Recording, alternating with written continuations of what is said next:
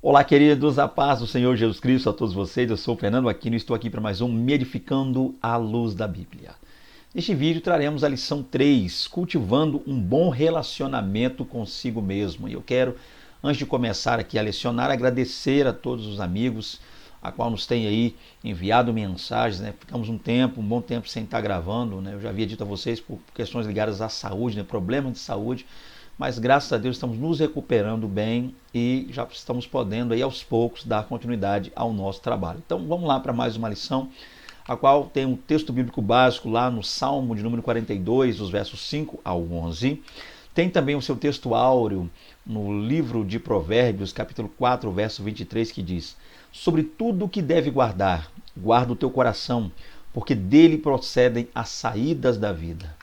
E o nosso comentário vai dizer-nos aí: sem uma revisão acurada de como nos relacionarmos com aquilo que somos, jamais atingiremos um patamar ideal em outras formas de relacionamento. Então, a ideia inicial aqui, meus queridos e amados irmãos, é o fato de que trataremos um pouco sobre um relacionamento conosco mesmo, né? Como melhorar um pouco, como trabalhar mais essa questão de nos relacionarmos melhor. Então, a gente precisa entender uma coisa: a melhor maneira de entendermos o ponto do bom relacionamento, do auto-relacionamento, seria o fato de fazermos uma revisão bem acurada, né, daquilo que realmente somos, daquilo que somos em essência, não de como nos comportamos só, mas de quem nós realmente somos. Porque se não fizermos isso, jamais atingiremos um patamar ideal. A gente nunca vai chegar onde quer, ou nunca vai chegar onde deve, sem primeiro entendermos, sem primeiro nos autoavaliarmos, tá? Ok? Porque senão a gente não vai melhorar em área nenhuma da nossa vida. Vamos continuar aqui então. O nosso relacionamento com os outros depende muito daquilo que somos, em essência. Então, como é que eu entendo esse ponto de me relacionar melhor? Entendendo, é claro, que o bom relacionamento com as demais pessoas, né, com os outros, vai depender ou vai demandar de um bom conhecimento daquilo que eu sou em essência. Como eu havia dito já, não é como eu me comporto com as pessoas, não é como eu me porto diante das pessoas, no que tange como eu procuro demonstrar para as pessoas, que vai dizer que eu realmente sou. Não é o que as pessoas veem, melhor dizendo, desculpa, não é o que eu deixo as pessoas verem a meu respeito que vai dizer que eu realmente sou, mas aquilo que eu sou em essência. Quando eu melhorar como eu sou em essência, quando eu melhorar com relação não só ao meu comportamento, mas em si, a minha essência, quem eu sou, os meus sentimentos, né, quando houver uma melhora realmente em mim, lá em quem eu sou, isso vai melhorar demais a forma de eu me relacionar com as demais pessoas. Talvez o que esteja atrapalhando aí, em muitos casos, seja isso. Pessoas amargas e frustradas deixam transparecer quem realmente são. Então, embora a pessoa crie ou fantasia, ou, né, uma espécie de personagem para que as pessoas a vejam aí afora, embora a pessoa se deixe ver de uma forma, o que vale é entender uma coisa: que quem é amargo, quem é frustrado, quem tem em si uma tristeza muito grande, aquela pessoa que tem em si uma debilidade muito grande no que tange sentimento, ela acaba deixando transparecer. Ainda que ela não diga, ainda que os lábios digam uma coisa, o que as pessoas veem dela, as pessoas veem dessa pessoa é outra. Ela acaba sempre deixando transparecer quem ela realmente é. Para essas coisas, não há máscaras que durem para sempre. Então não dá para passar a vida toda fingindo ser alguém. Então o que nós queremos aqui para essa lição é isso: tratar questões que podem aprimorar, melhorar, facilitar, optimizar, se é que assim podemos dizer, o nosso relacionamento, ok? Para conosco, e é claro, depois veremos isso com outras pessoas. Mas o ponto é: vamos melhorar o nosso relacionamento conosco. Vimos questões ligadas àquela busca, né? A pessoa em busca, a lição 1. Para você que não assistiu, está aí já postada aí, assista lá a lição 1, comente caso você julgue necessário, é claro. E também vimos a lição 2, a qual trabalhamos a questão da autoestima, né? Como buscar ali, como melhorar uma autoestima rebaixada. Falamos sobre Mefibosete, lição também que está gravada aí, está postada. Já publicamos aí essa lição, assista aí, amém?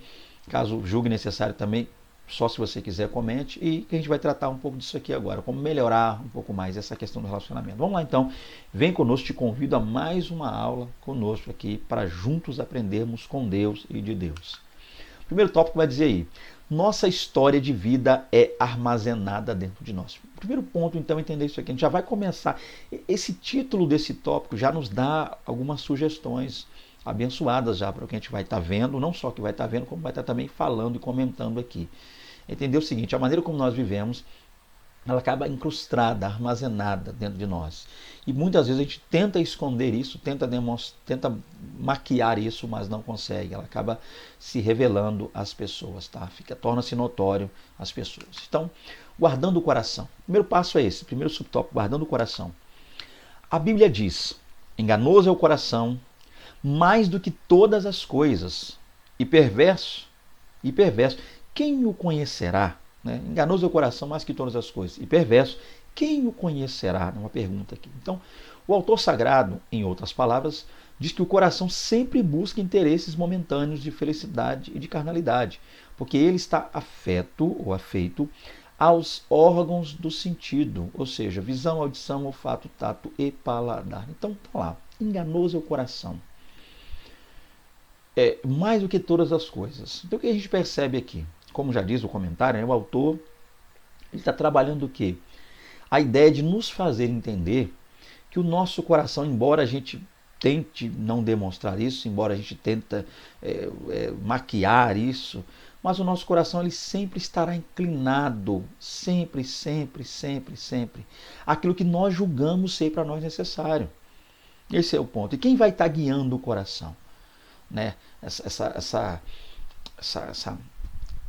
máquina que está aqui, essa bomba, que tão somente serve para bombear o sangue por todo o corpo, mas que é tido como sede de sentimento baseado lá em uns textos bíblicos. O que é o ponto básico a se entender aqui inicialmente? É o fato de que o nosso coração ele sempre será guiado pela nossa visão, pela nossa audição, pelo nosso olfato, pelo nosso tato. Então, as coisas que estão diante de nós, por isso visão, as coisas que nós vemos e vislumbramos, sempre estarão se encarregando de transmitir algumas mensagens ao nosso coração. As coisas que ouvimos ao longo da vida também farão a mesma coisa. Então, o que é o ponto? E as demais coisas que estão aí, né, enumeradas aqui, a questão ligada ao nosso sentido. Mas o mais interessante aqui é entender uma coisa. O nosso coração muitas vezes vai tentar nos ludibriar, nos fazer pensar que aquilo que é momentâneo, aquilo que está diante de nós naquele momento, é o que nós precisamos. Muitas pessoas passam a vida inteira buscando algo e quando conseguem, acabam descobrindo que aquilo não era o que ele necessitava, o que precisava.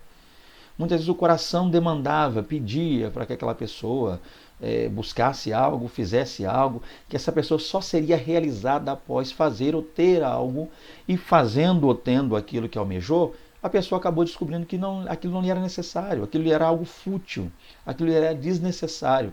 Aquilo não mudou, não alterou, não melhorou, não acrescentou em nada, não edificou em nada a vida da pessoa.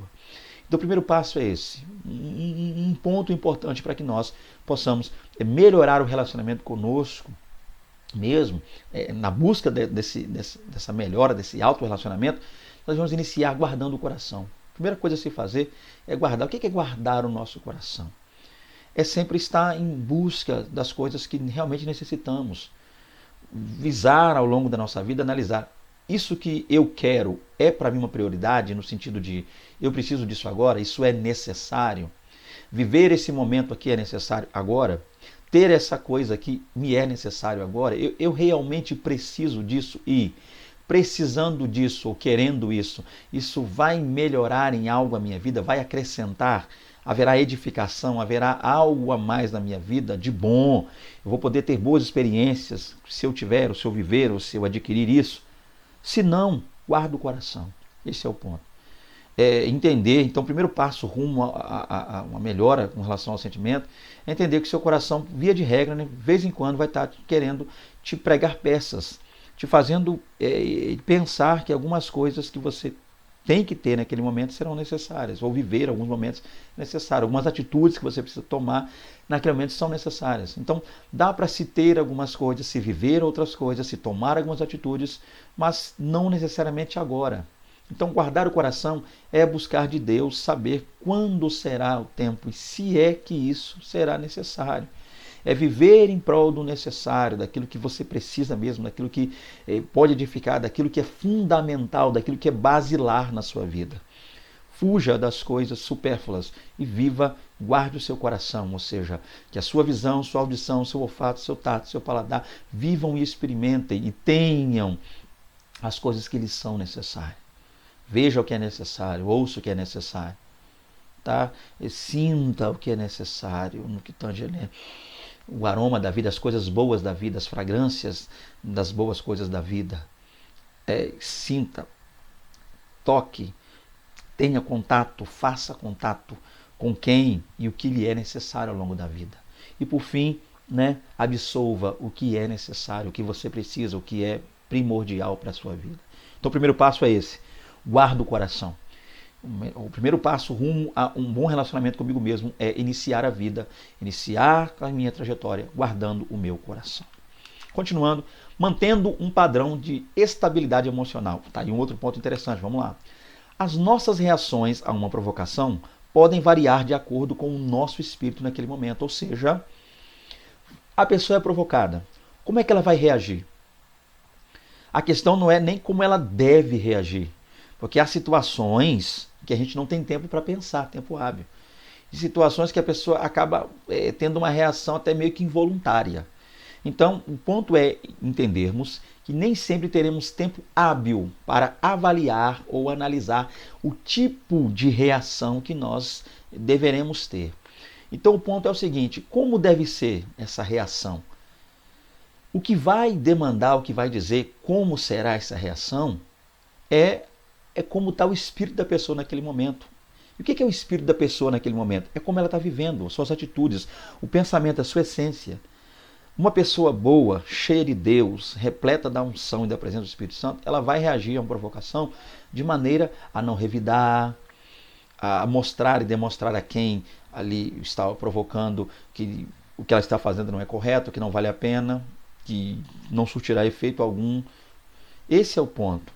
Então, nem sempre eu terei tempo hábil de pensar o que fazer mediante uma provocação. Nem sempre. Haverá momentos em que eu terei que agir por impulso. E agindo por impulso, a pergunta é como eu agirei? Bem ou mal? Errônea ou sabiamente? O que vai datar, o que vai dizer, o que vai demonstrar a minha reação, a forma de eu agir, vai ser como eu estou, como eu tenho vivido.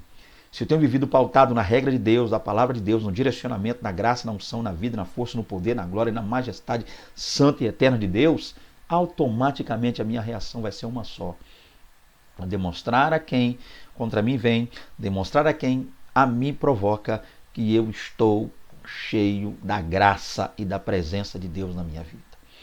Então, o que a gente quer dizer com isso? Então, a ideia aqui não é se preparar para uma provocação, porque ninguém está preparado ou ninguém quer passar por nenhum tipo de provocação. Mas a ideia é já ir levando uma vida pautada em Deus, porque quem já vem caminhando com Deus, direcionado por Deus, quando, não vou dizer em si, porque a provocação ela acaba vindo. Então, quando a provocação chegar, vier, ocorrer, acontecer, a reação, embora involuntária, ainda assim será boa, ainda assim será a melhor possível, porque a pessoa já está cheia de Deus. Tá? Esse é o ponto. O receptor ali daquela provocação, já estando cheio de Deus, a sua reação será a melhor e maior possível diante do Espírito Santo. Quando tudo vai bem, não nos incomodamos nem mesmo com as coisas agradáveis. Olha só que coisa interessante. Mas quando as coisas não vão bem e o nosso nível de estresse está alto, que ninguém atravesse o nosso caminho. É o que a gente acabou de dizer aqui.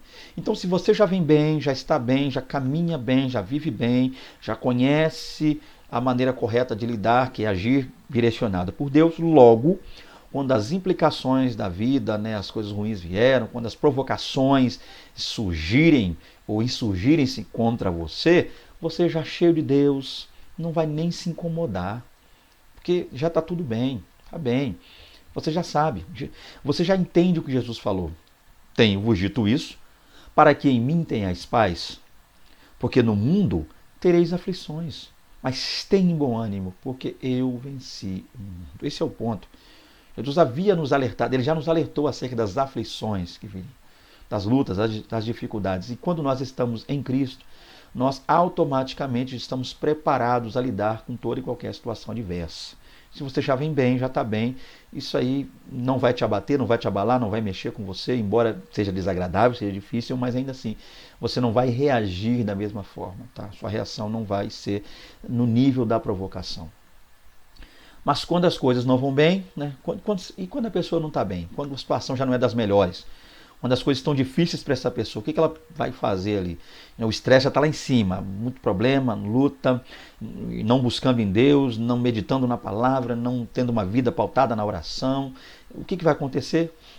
O que vai acontecer é nada se ninguém cruzar o caminho dessa pessoa. Mas se cruzar o caminho, se houver uma provocação, independente do grau da provocação, vai dar problema, vai dar ruim, como dizem aí, vai dar estresse, vai gerar problema, vai ser duas letrinhas vão dizer o que vai ser isso aí, BO, vai dar BO. Então o ponto é isso aqui, primeiro passo lá, guarda o coração. Então, guardando o coração, quando as coisas vierem dizendo, eu sou necessário, me tenha, me compra, me usa, ou relaciona-se comigo, pessoas também, coração guardado e pronto, você vai entender que aquilo não é necessário. Mas, é o que a gente viu lá. Mas se não guardar, problema. Agora, manter um padrão de estabilidade. A sua emoção está estável. Não é uma pessoa que se deixa levar por qualquer coisa. Por quê? Porque tem Deus na vida. Quando vem uma luta, estou pronto. Filipenses 4.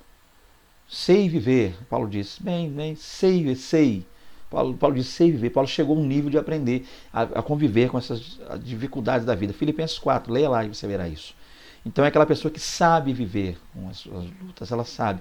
Ela entende, não busca, não espera, ninguém está procurando luta, não há quem cave uma luta, ninguém está saindo por aí procurando problema, eu mesmo não quero nenhum, mas o fato de aprender a lidar com ele, a viver, a conviver com ele, esse é o ponto. Então mantenha-se estável, emoção estável, aquela pessoa com Deus, de Deus, para Deus, esse é o ponto. Continuando, segundo tópico. Lidando com os conflitos interiores. Vamos lá, tentar entender um pouquinho sobre lidar com esses conflitos aí que acontecem conosco. Alguns dos conflitos são a incapacidade. Vamos lá, como lidar com a incapacidade? Há quem viva o conflito da incapacidade. Tem gente vivendo esse conflito de se achar incapaz, né? Se achar inútil. E nem mesmo que não se ache, mas que não consiga fazer nada, não consegue. Tenta, intenta, corre atrás, busca, almeja, galga, mas não consegue. Nada, como diz aí, né, um ditado muito comum no mundo aí, nada, mas acaba morrendo na praia. E com isso ela se sente incapaz. E não dá para se sentir bem consigo mesmo, sentindo-se incapaz. Muitas pessoas não encontram, mas não encontram mesmo a autorrealização, porque se sentem inaptas para tudo. Então, ou seja, há pessoas que a princípio tentaram, não obtiveram sucesso, não lograram êxito naquilo que queria. Então, desiste. Tentou, a ponto de você dizer, fulano, surgiu uma vaga, não sei o que, boa ali, não é para mim não vou conseguir. E eu já tenho tentado há muito tempo, não é para mim, não vou nem tentar mais. Vou parar de tentar. Há pessoas que se sentem tão incapazes que já desistem de lutar, de pelo menos tentar algo. E com isso acabam não encontrando realmente a autorrealização. Tornam-se pessoas não autorrealizadas, pessoas tristes, sofridas, porque não encontram, não vem a chamada autorrealização. Tá? Por quê? Porque não está apta, se sente inapta para tudo. Eu não sou apta para isso, eu não estou preparado, não vai dar certo. E ainda que eu estude, ainda que eu tente, ainda que eu faça, ainda que eu gago, ainda que eu busque, não vai dar certo, eu não vou conseguir, eu não vou chegar lá. Quer saber? Desisto. Só que o problema é que desiste antes de tentar. Há quem tente, não consegue, desiste. Mas há quem, por causa disso, acabe desistindo até de tentar. Esse é o problema de quem se sente incapaz. Torna-se uma pessoa que não tem mais força em si, poder em si, desejo e vontade em si, e de lutar, de buscar, de galgar, ela perde todo o interesse. Paulo, em sua carta aos Romanos, disse que não fazia o bem que queria, mas o mal que não queria, esse fazia. É claro que Paulo está falando da nossa natureza, né? A questão ligada à nossa natureza, tal. Mas o ponto é que pegarmos essa frase trabalhando a ideia, tá? Embora haja um contexto bíblico por trás, mas a gente quer trabalhar também o contexto, é claro, como o comentarista fez, a lição fez, a editora Central Gospel sempre procurou fazer, né? Sempre pautada em Deus. Mas o ponto aqui é entender uma coisa também, que isso pode ser aplicado também a outras questões, do tipo, tem pessoas que desejam fazer algo, mas não conseguem. Quer seja por motivos internos, ou seja, por si mesma, ou por externos, né, fatores externos. As coisas ao redor não lhe permitem fazer. Mas percebam que parece que torna-se, ou fica, ou é, eu diria, mais fácil fazer o mal. Parece que as mesmas pessoas que encontram barreiras para fazer coisas boas, barreiras e empecilhos para empreenderem, fazer coisas boas, não encontram as tais ou as mesmas barreiras e empecilhos para fazer coisas desagradáveis. Parece-nos que é muito mais fácil fazer o mal. A impressão que temos, a impressão que muitos têm, é que se a pessoa dizer, olha, eu vou lá fazer uma coisa ruim, eu vou pecar, torna-se mais fácil, vai ficando, embora o Espírito Santo, é claro, sendo um servo de Deus, o Espírito Santo lhe oriente a não fazer, como a gente usa um termo aí fora, um termo muito usado, ele incomode no coração, né? Muitos falam, o Espírito Santo me incomodou, muitos falam dessa forma, né? Para que eu não fizesse, me incomodou, é um termo muito usado aí, mas o ponto é que, embora o Espírito Santo ali fale, diga, mostre a pessoa que não é correto o que ela está fazendo, mas parece que é mais fácil pecar. Agora, quando quer fazer o certo, não consegue. Parece que o esforço é maior. Tudo que ela tenta ou intenta fazer de bom não dá certo, ou pelo menos ela não logra êxito tão facilmente. Tá? Paulo trouxe-nos a compreensão de que esta é a lei do pecado. Nossa incapacidade, portanto, decorre dos limites que a queda trouxe à nossa espécie. Então, vamos lá. O que Paulo quer dizer, voltando ao contexto? É a chamada lei do pecado. Desde que o pecado entrou no mundo, né, o pecado tem arrastado, puxado o homem para baixo, para o mal, para a derrota, para a queda. Né? O pecado faz o homem se inclinar às coisas ruins que são contrárias e aversas à lei gloriosa e santa de Deus. Então, por causa disso, por causa do pecado, por causa da sua forma de agir, por todo esse processo em si, a queda em si, né, acaba fazendo o quê? Acaba fazendo com que o homem venha se tornando incapaz de fazer o que é bom, de fazer o que é correto, de fazer, né? Então é nessa hora, é nesse momento que nós precisamos sim entender que precisamos do auxílio de Deus. A pessoa que se torna incapaz, ou que se sente, melhor dizendo, incapaz, ela precisa se aproximar de Deus. Tá? Esse é o ponto. Porque Deus nos mostra como lidar com esse sentimento. Deus nos faz lutar mais uma vez, buscar novamente, levantar, como diz aí, né, sacudir a poeira e lutar mais uma vez, de não desistir, de lançar a mão no arado e não olhar para trás, de não sucumbirmos diante das adversidades, diante da queda, diante da fraqueza, diante do fracasso, diante do pecado, diante das coisas que são contrárias a Deus.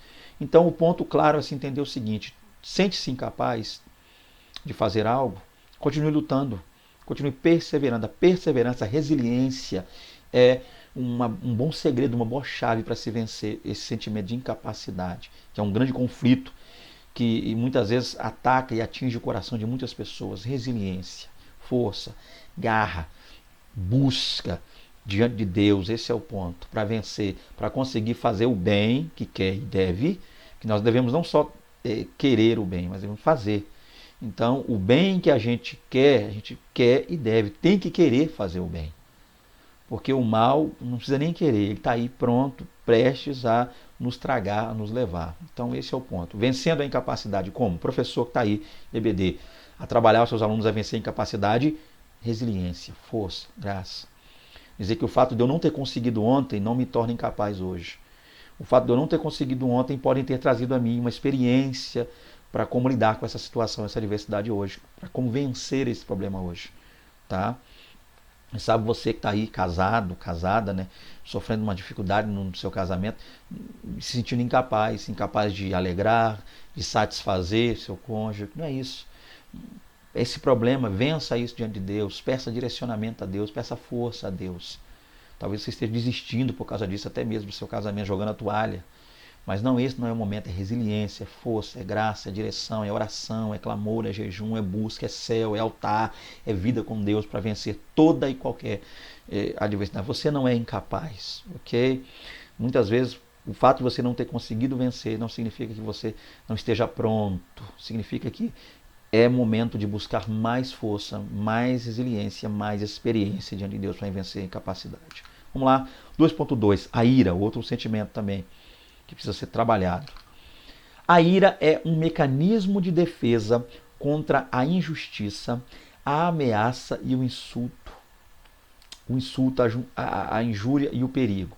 Mas como qualquer outra emoção, pode causar estragos se não for controlada. Então vamos lá, deixa eu ler de novo para ficar mais claro. A ira é um mecanismo de defesa contra a injustiça, a ameaça, o insulto, a injúria e o perigo. Mas como qualquer outra emoção, pode causar estragos se não for controlado. O que é isso aqui? A ira.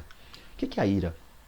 A ira é aquele sentimento que nos toma em determinada situação, mediante algo que estamos vivenciando, ou que alguém próximo a nós esteja vivendo, né? Algo que nos toma e a gente muitas vezes reage. É uma reação, muitas vezes, a algo que não nos é favorável. A gente reage, a ira ela faz isso, a ira ela nos toma e nos faz agir nesse momento. Então a ira é um sentimento que nos leva a agir contra algo. Esse é o ponto. Só que um detalhe, a ira, em certo sentido, ela torna-se um mecanismo de defesa. Então você está sendo injustiçado, você não, como forma de não mostrar contentamento contra essa injustiça, você fica irado. Quando alguém te ameaça, né, uma situação em si torna-se ameaçadora a você, você fica irado, irada. Quando você é insultado ou insultada, a ira toma o seu coração. Dificilmente alguém é insultado e fica rindo. Obrigado pelos insultos que você... Não, a gente fica irado. Quando somos injuriados ou estamos correndo uma situação de perigo extremo, a gente fica irado com aquilo. Irar-se aqui no sentido de não se conformar. Então a ira nesse ponto é um sentimento que demonstra a nossa não conformidade com certa situação. Não sou conformado, logo irei-me. Só que a ira é um sentimento, ela é uma emoção. E como todo sentimento e emoção, precisa, deve, carece de ser controlado. Porque se não for controlado, vai causar estragos terríveis, imensos. Então, é preciso controlarmos dioturnamente nossa ira. Esse é o ponto. Vamos ver um pouquinho mais sobre isso. Porque a ira ela pode tornar-se pecaminosa. Como? A ira torna-se pecaminosa quando é alimentada pela amargura e pelo ressentimento, impelindo o indivíduo a agir furiosamente contra alguém. Então Jesus disse, irai-vos, mas não pecai-vos. Ele não, em primeiro lugar, esse é o ponto. A ira virá, ela acontece. Algumas situações nos deixam irados, essa é a grande verdade.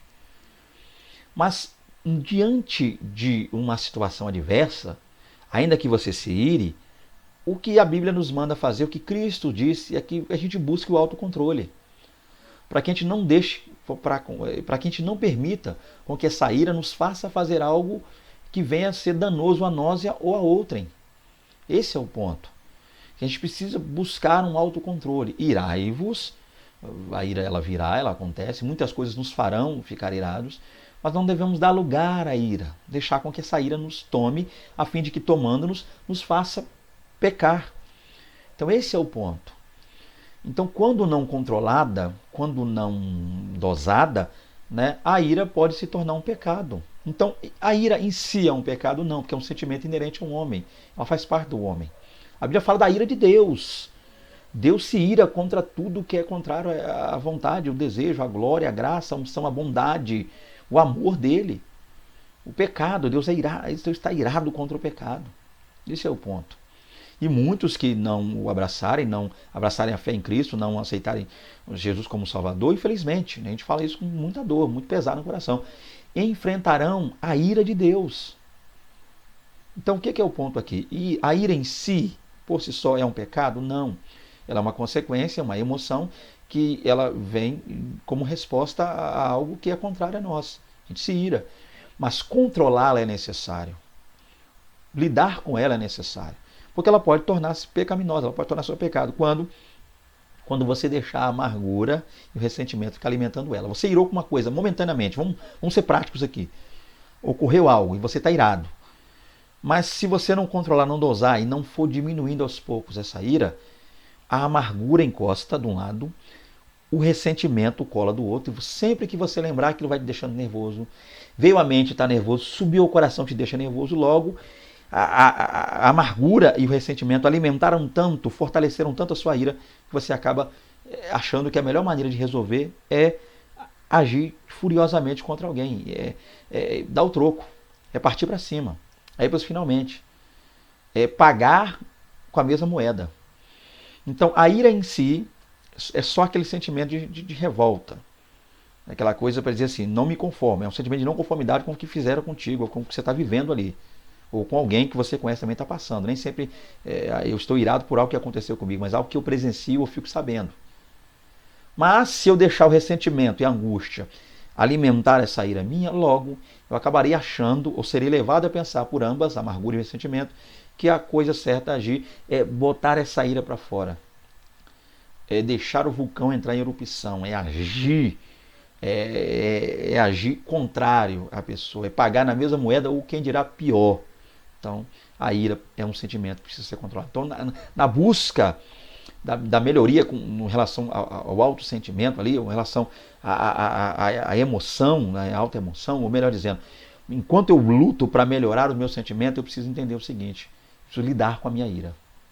Você é uma pessoa que se ira fácil, qualquer coisa te deixa estressado, nervoso, calma, cuidado, né? Busque a maracujina santa, né? A camomila do céu, a cidreira do Pai. Toma ali um Isaías 11, a raiz de Jessé. O melhor remédio contra a ira. Tá irado, tá estressado, tá nervoso. Vide a bula. O que a bula diz?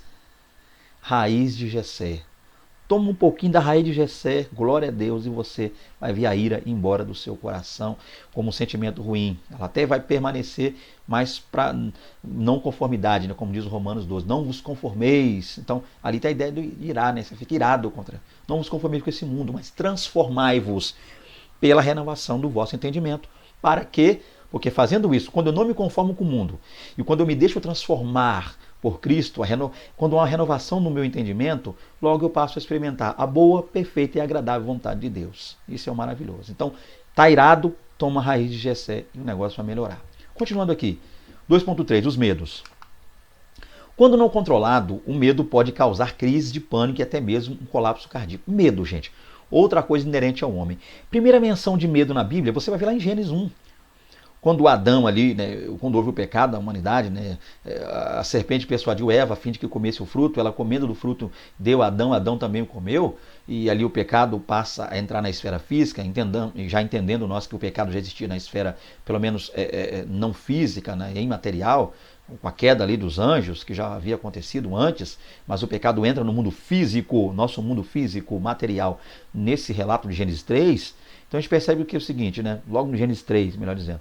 Então ali a Eva levou o fruto para Adão, Adão comeu, logo o pecado entrou. Então o que a gente percebe ali? Deus vem, como de costume, na viração do dia, falar com Adão. Aí Deus chama Adão, Adão, onde tu estás? Né? Interessante. E Adão ficou naquele negócio, Senhor, ouvi a sua voz no meio do jardim e tive medo. A primeira menção da palavra medo está lá. Então o medo, desde que o pecado entrou no mundo, tornou-se algo inerente ao ser humano, inerente ao homem. O homem sente medo, o medo vem. Só que o medo também, assim como a ira, precisa ser controlado. Porque o medo bem dosado até nos auxilia. Quem tem medo de fogo não morre queimado. Quem tem medo de água, no sentido de muita água, nadar dimensões enormes, proporções enormes de água, não morre afogado. Tá? É claro que medo de água, você me entendeu, né? Mas o ponto é esse. Então, medo de certas coisas nos faz, né, até mesmo nos auxilia, nos ajuda a viver. E quem vive com medo, não tem medo de nada, não tem medo de serpente. Pega numa cobra lá, uma serpente é picado, pode morrer, um outro inseto ultramente venenoso. Ou quem não tem medo de nada, entra na jaula de um leão, junto com o leão sozinho, pode morrer ali comido pelo leão. Então o ponto é que o medo, se bem dosado, pode nos auxiliar. Ele pode corroborar com o nosso bem-estar, ele pode nos auxiliar, ele pode agir em nosso favor. O medo bem controlado pode agir em nosso favor. Tá?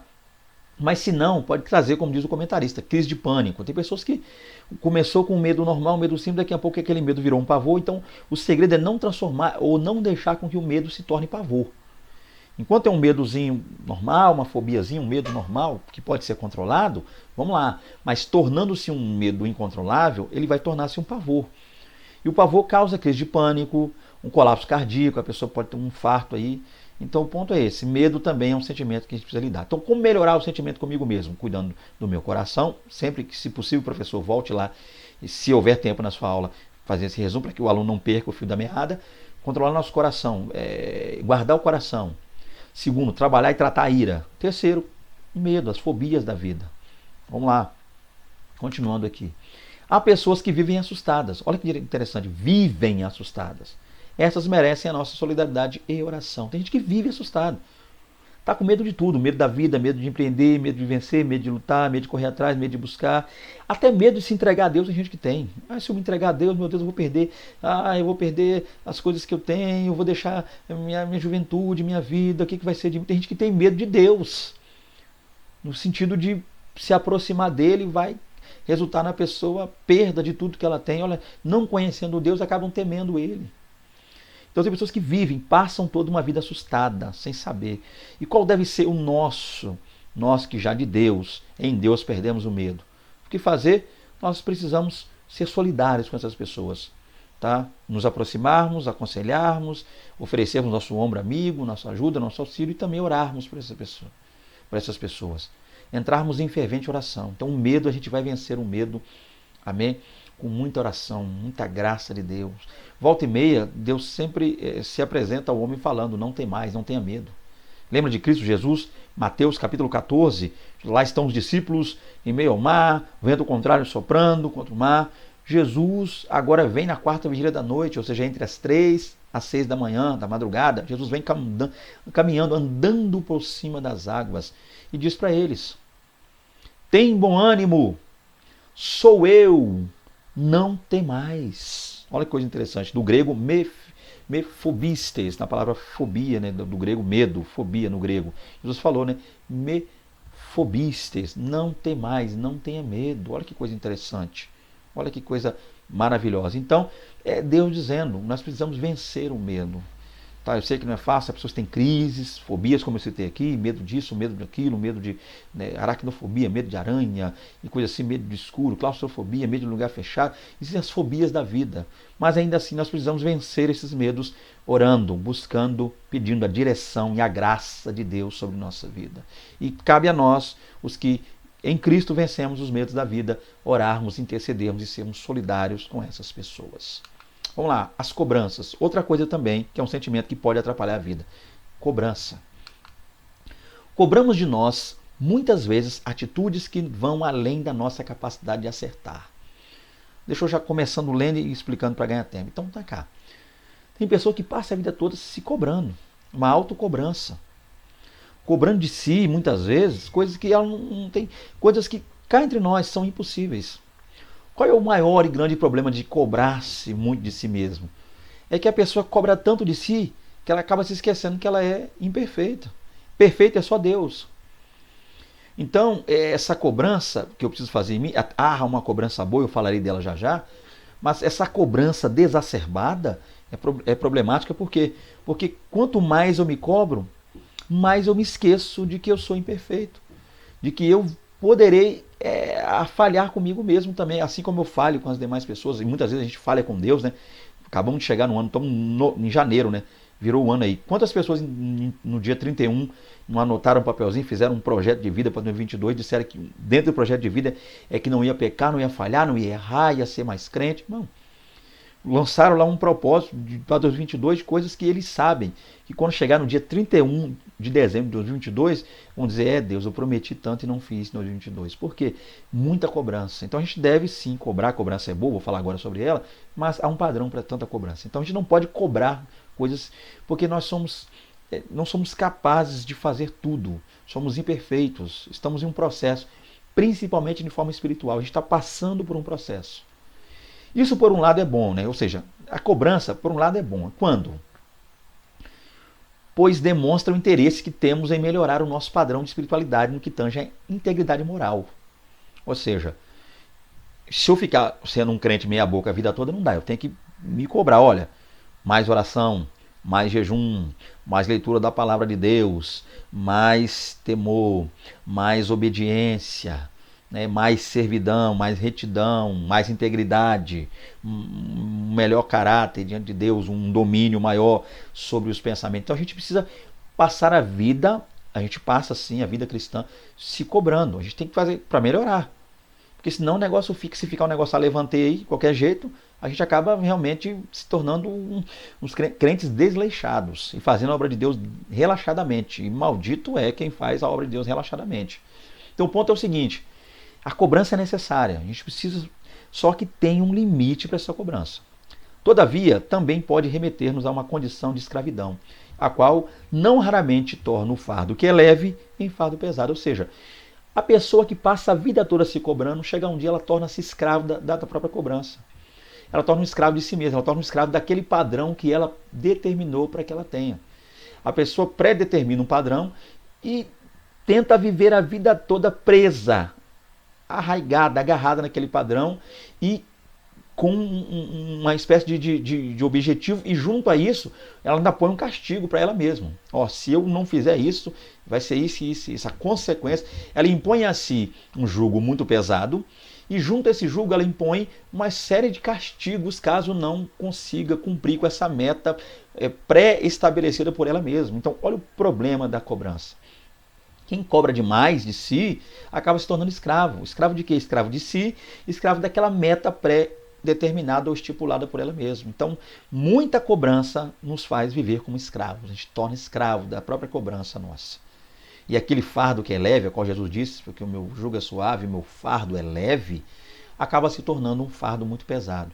A pessoa impõe sobre si, cobrando de si mesma, ela acaba colocando sobre si um peso que não é dela. É claro que tem pessoas que cobram de outrem, mas a nossa lição fala mais de si mesmo. Então, professor, durante a sua aula, evite com que pessoas falem, mas tem fulano que cobra disso, tem fulano que é fariseu.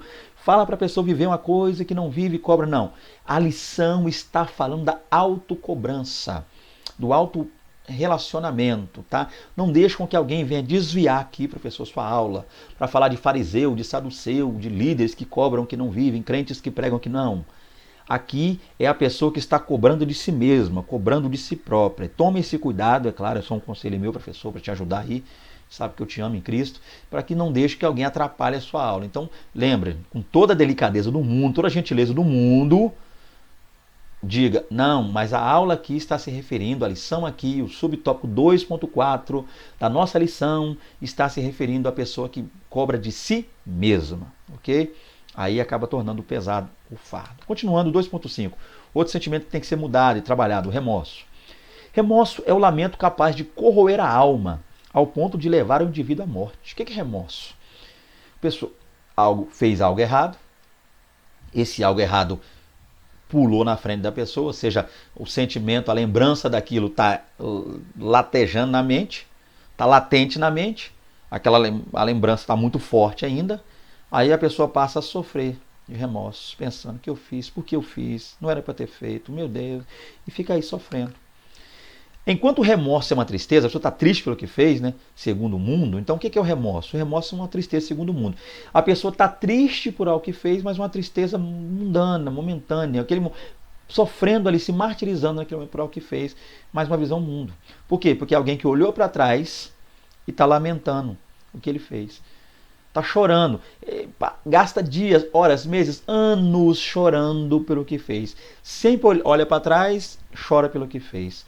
Olha para trás, chora pelo que fez. É o lamento, é o remorso. É uma dor que, diga-se de passagem, não vai resolver em nada. Ficar se lamentando, se lamuriando por algo que fez, ou até que deixou de fazer também, não vai mudar nada, não vai alterar o presente. Sofrer pelo passado.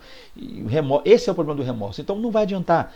Na busca do auto-relacionamento, da melhora desse relacionamento consigo mesmo, não passe a vida se lamentando por algo que você fez ou deixou de fazer. Não vai te trazer, não vai te acrescentar, não vai edificar em nada a sua vida. Por quê? Porque você está olhando para trás aqui, ó, como eu disse, olhou para trás e lembra. Mas tem um outro sentimento, que embora alguns confundam, né, remorso e arrependimento, mas não é a mesma coisa, aí nós temos de contrapartida o arrependimento. Esse já é segundo Deus. Porque o arrependimento é uma tristeza que olha para frente e traduz-se em conversão. Ou seja, quem está sofrendo de remorso, está olhando para trás, eu fiz,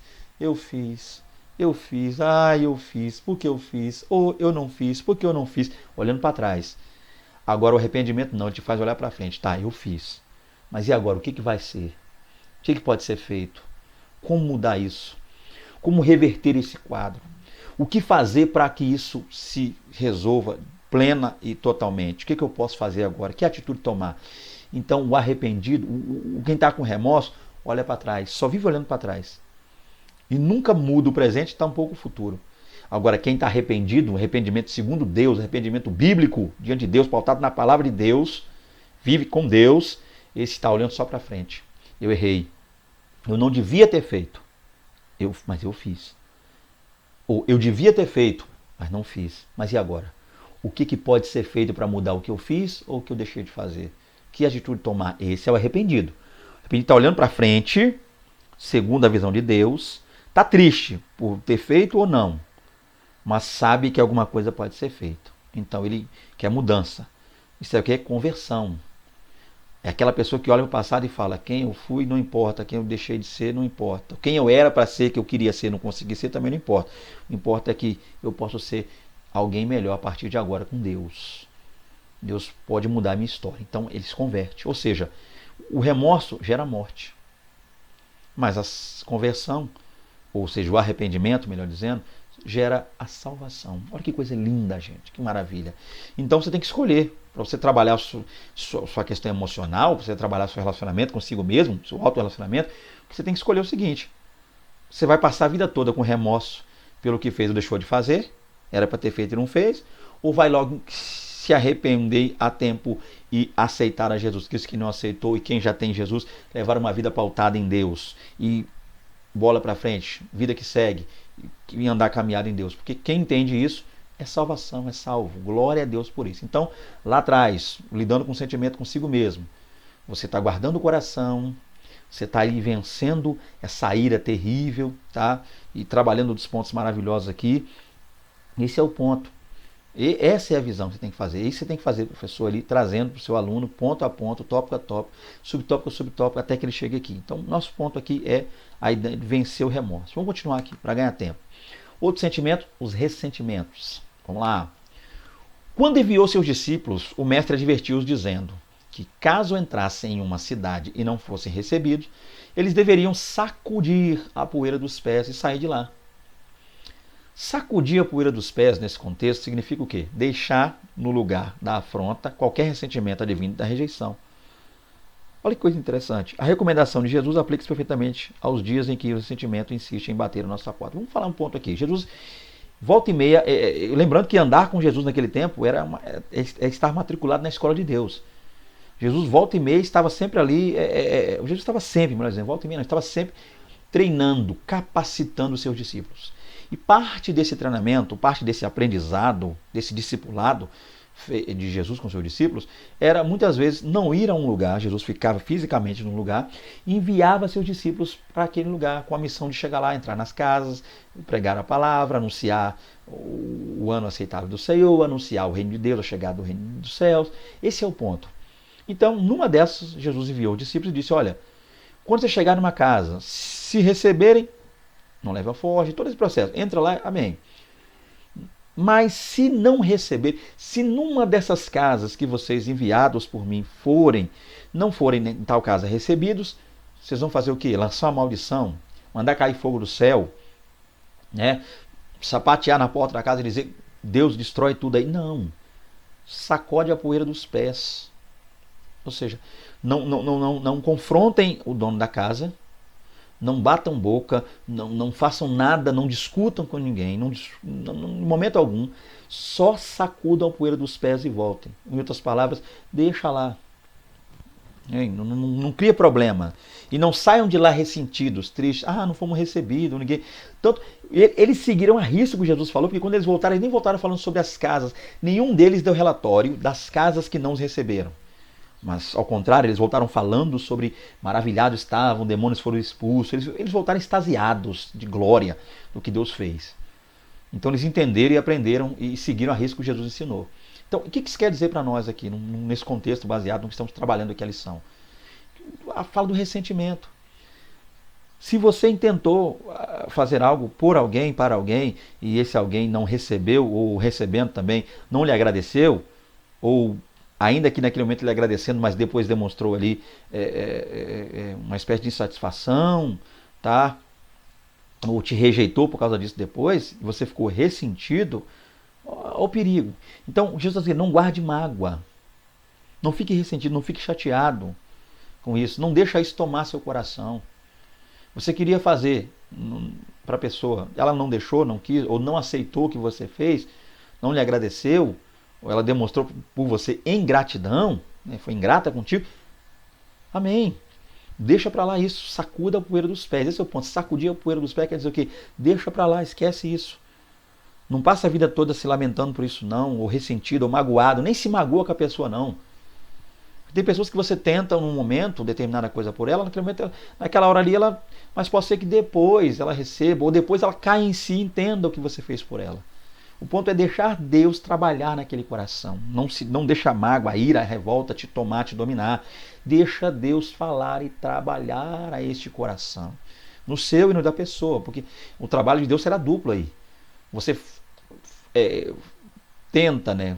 Ou intenta, ou quer, deseja fazer algo, até faz por alguém, essa pessoa é ingrata, por um lado uma pessoa convivendo ali com a ingratidão, e do outro você sofrendo também, né, com a tristeza, a pessoa vivendo lá na ingratidão dela, sendo ingrata, e você convivendo com a tristeza, esse sentimento, esse ressentimento, essa dor de a pessoa não ter te aceitado, te ajudado, ou entendido o que você quis fazer por ela.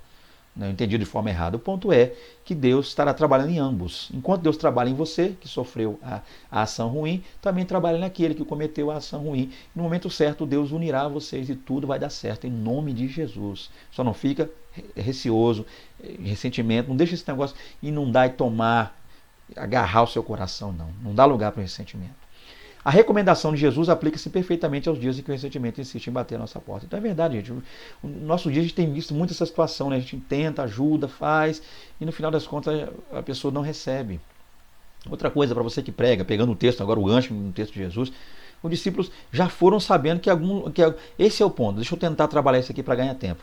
Mas entenda que os discípulos já saíram de perto de Jesus, sabendo que em algumas casas não seriam recebidos. Jesus já orientou e alertou eles.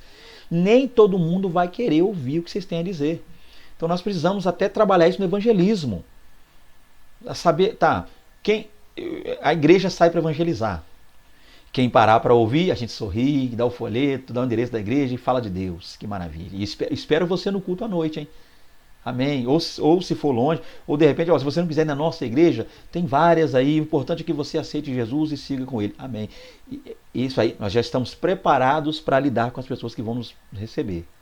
Vão parar para nos ouvir, vão pegar o folheto, vão dobrar e botar no bolso. Quando ele, uma gentileza, bota o folheto, dobra, põe no bolso. Mas terão outros que não vão nem querer olhar para a nossa cara, não vão nem parar para nos ouvir, vão pegar o folheto só para ter o prazer de amassar, rasgar, uns até morder, engolir, jogar fora, fazer. Como lidar com essas pessoas? Como Jesus ensinou. Sacode a poeira dos pés. Não sai amaldiçoando, não. Você não quer ouvir a palavra, não? Então vai para o inferno. O inferno te espera. O lago de fogo, o enxofre. Não, não é por aí. Não seja ressentido. Tal possa ser que essa pessoa não te ouviu hoje, mas daqui a um tempo você possa ser que essa pessoa até te procure para que você fale do amor de Deus para ela. Deus cria situações. Como possa ser que até um dia, né, você acabe encontrando essa pessoa na igreja. Talvez ela não parou para te ouvir aquele dia, mas ouviu outra pessoa. Então, existem situações e situações. Que não pode é você ficar ressentido, magoado e triste e bravo. Deixa eu contar um caso aqui. Eu não sou ficar contando muito caso, mas às vezes eu conto, cá entre nós. Mas eu me lembro uma certa feita, né, que eu estava na principal do meu bairro, e havia um homem trabalhando nessas empresas que entregam cerveja e refrigerante, né, descarregando um caminhão. Ele estava com os engradados, né, na época, eu não me lembro se cerveja ou refrigerante, mas não muda nada aqui, não altera. Ele estava com um monte de engradado na mão, pensa num peso. Eu olhei para ele e senti o peso que ele estava carregando, um peso tremendo. O homem estava suando, né? Ele saía do caminhão, tinha um camarada no caminhão, botava os engradados, 4, 5, não sei quanto, nos ombros dele, ele vinha carregando e botava no estabelecimento. Na hora que ele estava carregando os engradados, veio um rapaz, um jovem, e eu me lembro disso muito bem. O jovem estava com um folheto na mão. Eu estava até próximo ali conversando com um amigo meu. O jovem veio com um folheto na mão e deu para dar na mão do rapaz que estava carregando os engradados. O homem estava com as duas mãos ocupadas, um peso tremendo. O jovem queria que ele parasse para pegar o folheto. O homem falou: eu não posso pegar, eu estou pegando o peso. O homem ficou até nervoso. Aí o jovem cristão, pegou e falou com ele: você não quer pegar o folheto não? Então vai para o inferno. O jovem falou com ele: vai para o inferno. E eu guardo isso na minha memória até hoje. Tem muitos anos isso já, bastante. Acho que mais de 10 anos tem isso. Mas eu sempre me lembro, volta e meia disso aí. E se aplica isso aqui. Então, ressentimento. Não tenha ressentimento. Ajudou alguém, a pessoa não reconheceu ou não quis ajuda, não tem ressentimento. Esse é o ponto. Tentou ajudar e nem deixaram, não tem ressentimento. Foi evangelizar, foi recebido, glória. Não foi recebido, glória a Deus também. Deus vai preparar um momento, você não pode ficar ressentido. Amém? Vamos lá então. Então, uma das formas é essa. Cuidado com o ressentimento, pode destruir você, mágoa, amargura. E muitas vezes, para fechar, a pessoa que te fez algo ou que deixou de fazer algo com você, está no bem bom, levando aquela vida tranquila, lá, e você aqui, lembrando daquilo, se magoando, se machucando, se arrebentando, morrendo. É o que eu ouvi uma vez uma pessoa dizer, né, um pregador até conhecido dizer aí. Ele disse o seguinte, é que quando a pessoa, ressentimento é quando você toma veneno esperando a outra pessoa morrer. É mais ou menos isso aí. Quem está sofrendo é você, quem está no aperto é você, quem está triste é você. Então não viva ressentido. Vamos continuar? Terceiro e último tópico. Vencendo as dores da alma pela troca do sentimento. Agora é para vencer, tá, gente? Esse é o ponto. Vimos aí, vivenciamos aí, ou seja, pelo menos na lição, o que são as dores da alma. Agora vamos trabalhar um tratamento para isso aí. Isso é maravilhoso. Professor, aí você já sorri mais na aula. Gente, agora, opa, vamos melhorar. Vamos tratar as dores da alma. Maravilha. Então como é que a gente faz isso aí? Trocando sentimento. Que sentimentos são esses? Então a gente tira um sentimento ruim e põe em seu lugar um bom. Cada sentimento ruim que houver, troque ele por algo melhor, algo bom, que vai mudar a sua vida e melhorar. Abra diálogo com a sua alma. Então, o coração está ruim, está ali a pessoa não guardou o coração, já que você, se é alguém que não guarda o coração, o que você faz? Abra diálogo com a alma. Quando você abrir o diálogo com a alma, seu coração passará a ser guardado. Vamos lá. O salmista entoa o cântico do abatido, Salmo 42, 5. Porque te abate, ó minha alma, que é lindo esse não. O louvador abriu o diálogo da razão com a emoção, depois de perguntar à sua alma por qual motivo estava abatida. Ele aconselhou-a a esperar em Deus. Olha aí, gente, que coisa interessante. O salmista, né? Por que te abate, ó minha alma? Ele perguntou. Até a gente usa na harpa cristã, um cântico muito lindo fala sobre isso. Né? Por que te abate, ó minha alma? Baseado, é claro, nesse lindo salmo. O ponto é o seguinte, gente. O que a gente precisa fazer? A gente precisa conversar com a nossa alma. Entender, ir lá na alma, que é a sede dos sentimentos, e conversar com ela, ter um diálogo com a nossa alma. Isso que ele fez, ele estava conversando com a alma. Ele começou a conversar com a alma. Por que você está abatido, alma? O que está acontecendo, alma? Qual é o problema, alma? Alma, por que você está assim? Aquela coisa linda, é olhar para si, é fazer uma introspectiva, é olhar para dentro de si em busca de algo melhor. E o que ele aconselhou? Então ele identificou, né? Ele identificou o problema da alma e ele já deu para a alma um remédio. Qual que é o remédio que ele deu? Espera em Deus. Olha que coisa linda. Então ele medicou a sua alma com o quê? Com a espera em Deus. Esperar aqui aponta para confiar em Deus. Não é só uma questão ligada a tempo, a cronologia. Esperar para ver quando é que Deus vai decidir ou decidiu fazer, né, ou determinou segundo a sua vontade fazer. Não, é confiar, é esperar confiante.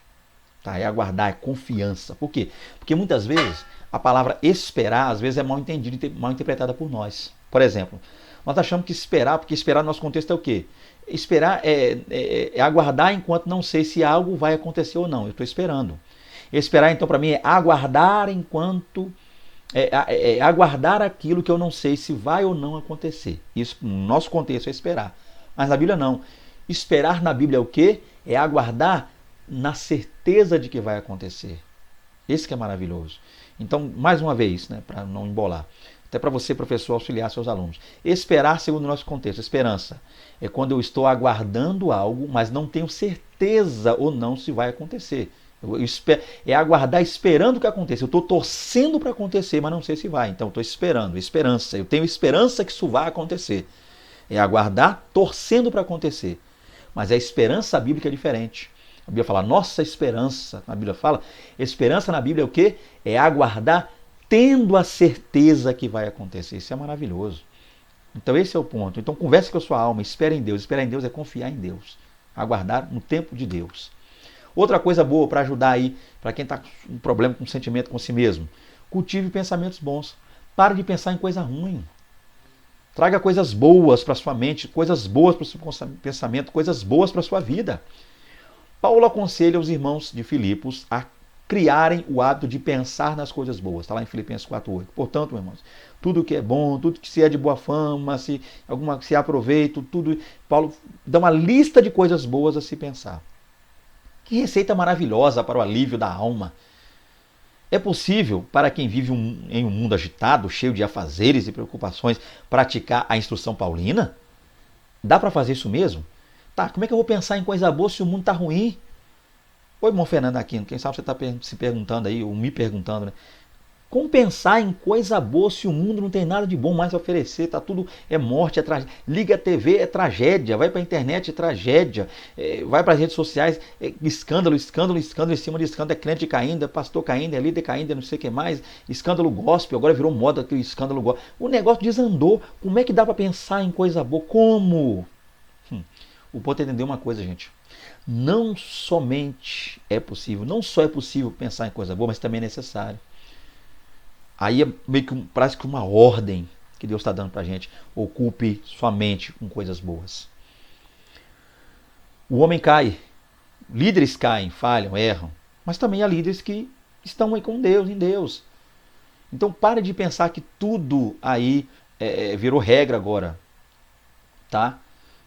O ponto é esse, não generalize. Uma das coisas que você pode fazer para vencer os sentimentos ruins e cultivar bons pensamentos, parar de generalizar.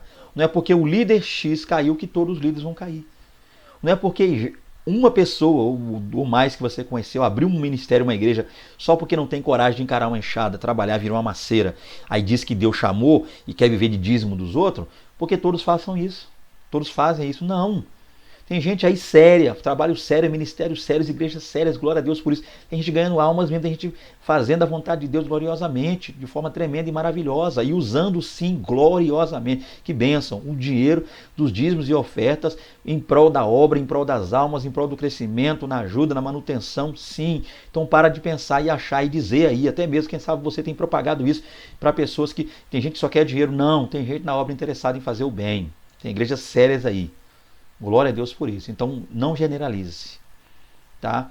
Faça como Paulo falou, pense em coisas boas. Se por um lado não fazem missão, por outro lado fazem. Se por um lado tem gente que não está ganhando alma, por outro lado tem quem está ganhando. Então, ocupe a sua mente com coisas boas. Leia a palavra de Deus, ore, jejue e consagre. Pense em coisas boas, faça, viva coisas boas. Ajude alguém, ao invés de só querer ser ajudado. Estenda a mão, ao invés de só guardar a mão estendida. Pense em coisas boas. Seria impossível se não tivéssemos um Deus sobre nós. Todavia, esse é o padrão mental do crente em Jesus. Então, quem tem Deus, ainda, glória a Deus, está fazendo a vontade de Deus. Embora muitos estejam enganando, ludibriando, mas ainda tem gente séria aí. Ainda existem homens de Deus nesse Brasil sérios aí, fazendo um trabalho maravilhoso, defendendo os costumes, defendendo ali a palavra a ética cristã, lutando aí, quer seja dentro ou fora da igreja, lutando para ver a coisa boa acontecer. Então a gente não pode generalizar. Tá? Eu vou parar de fazer uma coisa porque fulano tá. Eu vou parar de ajudar a obra porque alguém está usando lá de forma errada. Não é porque fulano está usando de forma errada que eu tenho que deixar de fazer o que eu preciso fazer. Porque do outro lado tem pessoas necessitando, carecendo. Então, pense em coisas boas. Ajude, pense em coisas boas. 3.3. Deixe Deus ser o Deus da sua alma. Outra coisa importante para vencer os sentimentos ruins, a ira, o remorso, essas coisas ruins aí, né? É deixar Deus ser o Deus da sua alma. Mais de 400 anos depois de haver trocado o nome de Jacó para Israel, o Senhor apresentou-se a Moisés diante da sarça no Monte Horebe como o Deus de Jacó. Então vamos lá, 400 anos, mais de 400 anos se passou, muito tempo depois. Quem está lá? Né? Deus já tinha se apresentado na sarça falar com Moisés. Isso que é coisa interessante. Aí o que acontece? Esse Deus que apresentou-se a Moisés na sarça para falar com ele, se apresentou como Deus de Jacó. Só que 400 ou mais de 400 anos antes, né? Ou seja, esse é o ponto aqui, muito tempo antes, Deus já tinha trocado o nome de Jacó. Naquela batalha que vimos lá em lições anteriores, a primeira lição, assista lá, para quem não assistiu, vimos lá na primeira lição o quê? Que Deus ali, glória a Deus, perguntou, qual é o teu nome? Né, aquela luta com o anjo, não vou entrar no mérito espiritual aqui, se é anjo, se é Deus, teofania, para ganhar tempo. Mas, naquela peleja, aquela batalha forte lá, qual é o teu nome? Ele disse, Jacó. Não te chamarás mais, foi a resposta dada a ele, Jacó, mas sim Israel, porque lutaste com um Deus e com os homens e prevaleceste. Então ele teve o nome mudado. Então você não é mais Jacó, suplantador, Yaakov, aquele que suplanta, né? Agarrado ao, preso ao, lutando contra. Não é mais. Você agora é Israel, soldado de Deus, que pleiteia ao lado de Deus. Então não foi mudado. Mas agora Deus está falando com Moisés. Por que Deus não disse, eu sou o Deus de Israel? Não, Deus falou, eu sou o Deus de Jacó. Por quê? Ele não deveria ter dito que era o Deus de Israel, gente? Vamos ler isso aqui. O fato é que Jacó tornou-se Israel, sim. Mas Deus continuava sendo o Deus de Jacó. Por quê? Por causa do Jacó que há dentro de cada um de nós, a fim de transformar-nos em novas criaturas. Com aquele Jacó lá, especificamente, Deus teve um encontro com ele, real, e transformou ele em Israel. Mudou a história dele, tanto é que daí saíram as tribos e maravilha foi. E há hoje uma nação, o povo, a nação de Israel. Mas Deus, assim como lidou com ele lá naquele dia, lida também conosco. Existem ainda os Jacós que precisam ter um encontro com Deus. E Moisés também era um Jacó. Por quê? Quem era o Jacó? Moisés é um camarada que, sendo judeu, sendo hebreu, né? Que essa terminologia judeu, ela vem mais depois do cativeiro. Mas vamos lá, não vou ser tão técnicos aqui. O ponto é o seguinte, que o Moisés, hebreu, vivendo no Egito, descobre um dia que é hebreu, mata um egípcio em prol de lutar pelo povo hebreu, que era seu povo, se vê obrigado a fugir, passa anos longe lá, aí ele tem um encontro com Deus. E está muito claro nesse encontro, à medida que Moisés vai conversar com Deus, o diálogo entre Moisés e Deus vai nos mostrar, a partir do capítulo 3 do livro do Êxodo, 4 e 5 ali, que ele processa, principalmente o 3 e o 4, que Moisés não estava tão interessado em voltar ao Egito para tirar o povo. Moisés meio que tentava de todas as formas não querer ir, não querer voltar. Não quero ir, meio que não... envia outro, quem sou eu para ir o povo e tal. Então ele é meio que um Jacó, meio que alguém que está fugindo de algo. 40 anos, Moisés estava fugindo, tá? Daquilo que ele viveu ou fez lá. Ele queria uma nova vida diferente. Jacó também, assim, fugindo lá da vida que ele levou e dos erros que ele cometeu lá com seu irmão, seu pai, na casa de seu pai. E um fugitivo Moisés um dia se encontra com Deus, como um dia o fugitivo Jacó um dia se encontrou com Deus. E desse encontro, Jacó sai no segundo encontro. O primeiro ele continua Jacó, mas no segundo é definitivo, ele volta a Israel. Moisés também sai lá fugitivo, foragido, como um homem que seria usado por Deus para tirar o povo com fortes mãos lá da terra do Egito. Então, Moisés também era um Jacó que precisava ser mudado. O Moshe precisava ter um encontro com Deus. E assim aponta e simboliza aqueles dentre nós, né, homens hoje também, quando eu digo homens, a humanidade se entende, homens e mulheres, que precisam ter um encontro com Deus, mudar o seu caráter, a sua vida. Então, o que quer dizer isso aqui? Uma forma de melhorar o relacionamento consigo mesmo, deixa Deus ser o Deus da sua alma, do seu ser, do seu âmago, do seu interior. Deixa Deus mudar o seu interior. É isso que esse subtópico quer dizer aqui. Amém? Concluindo mais uma aula, vamos lá? Há uma realidade da qual não se pode fugir. Qual é? Para relacionar-se bem com Deus e com o próximo, é necessário antes relacionar-se bem consigo mesmo. Então, não dá para fugir disso. Quer viver bem com Deus e com quem está perto de você? Viva bem consigo mesmo. Busque galgo um melhor relacionamento consigo mesmo. E o padrão divino para o bom relacionamento consigo mesmo, então, o que é isso? Como Deus estabelece esse relacionamento? Começa com o cultivo de uma mente sóbria. Comece bem. Alimente-se de coisas boas, assista coisas boas, ouça coisas boas, ande com gente boa, leve uma vida boa, pregue para as pessoas que você não considera boa, mas cultive bons relacionamentos, ande bem, sinta-se bem consigo mesmo, procure absolver para a sua vida aquilo que te fará bem e você terá um bom relacionamento, tá? Mais uma aula aí, né, concluindo. Em nome de Jesus, agradeço a Deus por você estar conosco aqui, até aqui, né, nos ajudando, nos auxiliando. Você aí que assistiu, desejar comentar alguma coisa, eu gosto muito de ler os comentários, me auxiliam muito, me dão um norte com as minhas aulas. Você que tem uma dúvida e de repente queira tirá-la, tá aí o meu zap, você pode enviar o zap, desejando contactar-nos para estar lá com vocês, minha família e eu, minha esposa, filho e eu, né, a minha pessoa também, caso não seja possível levá-los, a gente, ok? Sinta-se à vontade, né? A gente está aqui para, amém, ser bênção na vida de vocês, mas desejando contactar, nós estamos à disposição. Que Deus em Cristo vos abençoe, é um prazer estar com vocês, né? A graça de nosso Senhor Salvador Jesus Cristo seja com todos, a paz do Senhor, até a próxima aula, em nome de Jesus, amém, amém.